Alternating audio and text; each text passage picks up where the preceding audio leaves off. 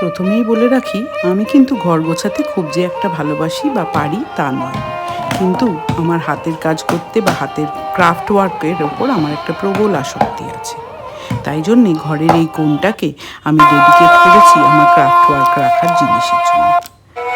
এই জন্যে কম অশান্তি করতে হয়নি, কারণ ঘরের একটা কোণ এরমভাবে জিনিসপত্র জঞ্জাল করে রাখার জন্যে অনেক সময়ই বকা খাই। মাঝে মাঝে সেটাকে একটু গুছিয়ে নিই। আজকে ছিল সেই দিন যেদিন অনেক দিন ভেবে ভেবে এটাকে আরেকবার গোছানোর জন্য চেষ্টা করলাম। পুরনো সব পেটির বাক্স বা যেসব দোকান থেকে আমার জিনিস আসে সেই সব জিনিসের বাক্স, কালার পেন্সিল, রং, তুলি, ফ্রেম সব কিছু এর মধ্যে রাখা থাকে। আর যেগুলো বানাই সেগুলোও টুকটাক এর মধ্যে রেখে দিই। কোনো জামা কাপড় ছোটো হলে বা ছোটো করতে হলে যে কেটে কাপড়গুলো বেরোয় সেগুলোকেও আমি সযত্নে তুলে রাখি। অনেক সময় ওগুলো দিয়ে আমি কোনো না কোনো আর্টওয়ার্ক বানাই।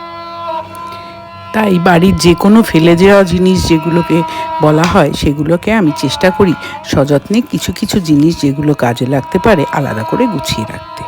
যেমন নতুন ফোনের যে বক্স আসে সেগুলো, বা কোনো পিচবোর্ডের ছোট বক্স, বা অনেক সময় ব্যাগের দেখবেন ফেলে দেওয়ার পর তার হ্যান্ডেলটা খুব সুন্দর থাকে, এরম টুকটাক জিনিস। আর চটের দড়ি বা কোনো জামা কাপড়ের লেস, এগুলো আমি সব সংরক্ষণে রাখি। অনেক সময় হঠাৎ করে কি মনে হয় তখন একটা কিছু বানিয়ে ফেলি। ছোটোভাবে এই কোণটা আমার নিজের জন্যে আমার বেশ উপকারী লাগে। যখন মন ভালো থাকে